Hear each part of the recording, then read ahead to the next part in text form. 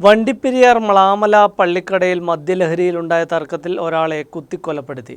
തേങ്ങാക്കൊൽ second ഡിവിഷനിൽ താമസിക്കുന്ന അശോക് കുമാർ 22 മരിച്ചത്. വണ്ടിപ്പെരിയാർ തേങ്ങാക്കൽ പള്ളിക്കടയിൽ വെച്ചാണ് സംഭവമുണ്ടായത്. വെള്ളിയാഴ്ച രാത്രി 11:30 കൊലപാതകം നടന്നതായി പോലീസ് പറയുന്നത്. സെക്കൻഡ് ഡിവിഷനിൽ താമസിക്കുന്ന അശോക് കുമാർ 22 കുത്തേറ്റത്. കൊലപാതകത്തിൽ പള്ളിക്കട സ്വദേശിയെ സുബീഷിനെ പോലീസ് കസ്റ്റഡിയിലെടുത്തു. സുബീഷ് പള്ളിക്കടയിൽ സൗണ്ട് സർവീസ് നടത്തുന്ന ആളാണ്. ഇയാളുടെ കടയ്ക്ക് മുന്നിൽ വെച്ചാണ് അശോക് കുമാറിനെ ചെറിയ കത്തി ഉപയോഗിച്ച് ചങ്കിൽ കുത്തി പരിക്കേൽപ്പിക്കുന്നത്. തുടർന്ന് നാട്ടുകാർ അശോക് കുമാറിനെ പീരുമേട് ആശുപത്രിയിലേക്ക് കൊണ്ടുപോയെങ്കിലും വഴിക്ക് വെച്ച് മരണം സംഭവിക്കുകയായിരുന്നു.